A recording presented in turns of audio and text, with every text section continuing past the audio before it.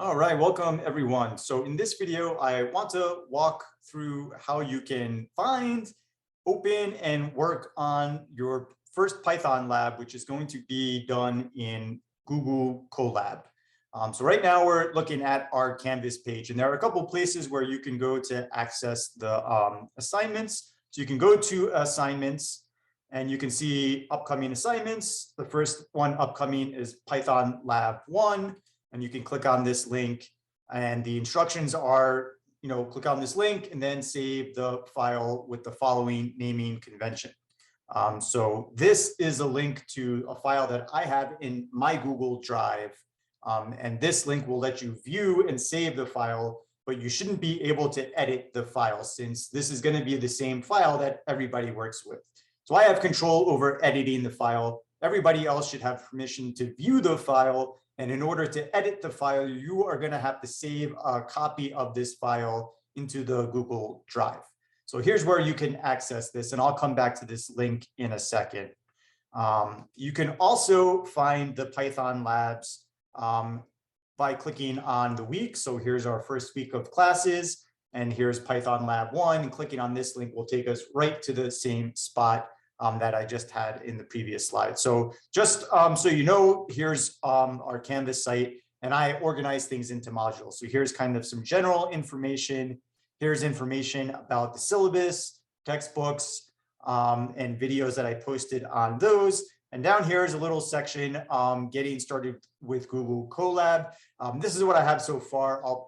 As needed, I'll be adding some more reference documents. So step one is going to be to set up an account with Google. And so this is free. So if you already have a Gmail account, or if you've already been using Google Docs and Google Sheets and so on, Google Colab works exactly the same way. So it is going to be linked through your Google Drive. So if you already have been using Google Drive, then you don't need to do anything new. You don't need to install anything new. If you've never used Google Drive before, then you can click on this link over here.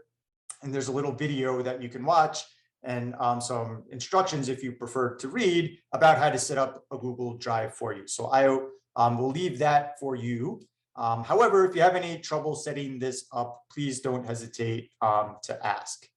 And after you've set up your Google Drive, if you do have any other questions about how to use Google Drive and so on, I just have a link to Google's site where there's various help sections to help you with any questions that you might have.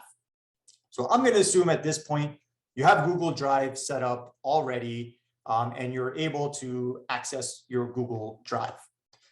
Okay, so you've got your Google Drive set up, and now you're ready to work on this Python lab. So I click on the link for the Python lab, and then here's a link to get the document, and let's see what happens. So I click on this link, and it takes me over into my Google Drive. And if you've never used Google Collaboratory, then you probably don't have an option like this up top.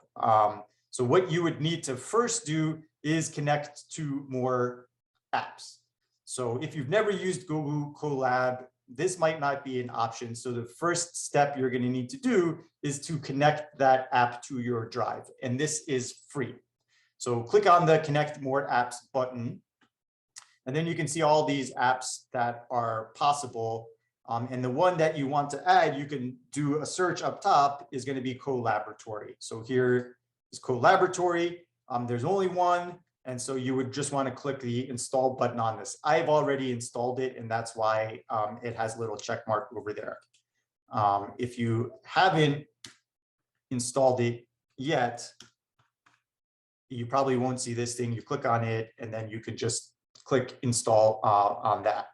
Okay, so once Google Collaboratory is installed, then you'll have this option to open with Google Collaboratory. So I'm going to choose that.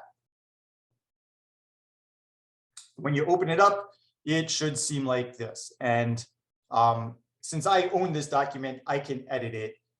You probably won't, you shouldn't be able to edit the Python-1 lab. So what you would want to do is save a copy in your drive.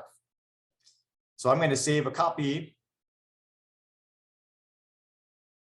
And over here is the file name and the file naming convention that I would like you to use. So if you want to change the file name, you just click up here and choose your name. So I'm going to call this Adam Spiegler, and then Python Lab 1, for example, to describe this document.